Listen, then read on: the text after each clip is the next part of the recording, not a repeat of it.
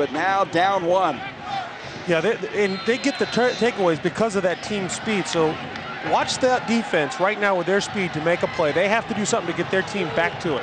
2nd down now, 7 yards to go for BYU. Just underway, 2nd quarter. The Cougars with a 3-0 lead. And back up the middle, beautifully thrown. And Zach Colley, who had 2 touchdown catches against the Horned Frogs last year, made a remarkable grab. That's a 26-yard completion. Well, there's pressure coming off the right, but I'll tell you, Beck does a good job of stepping up, firing, knowing he's going to get hit.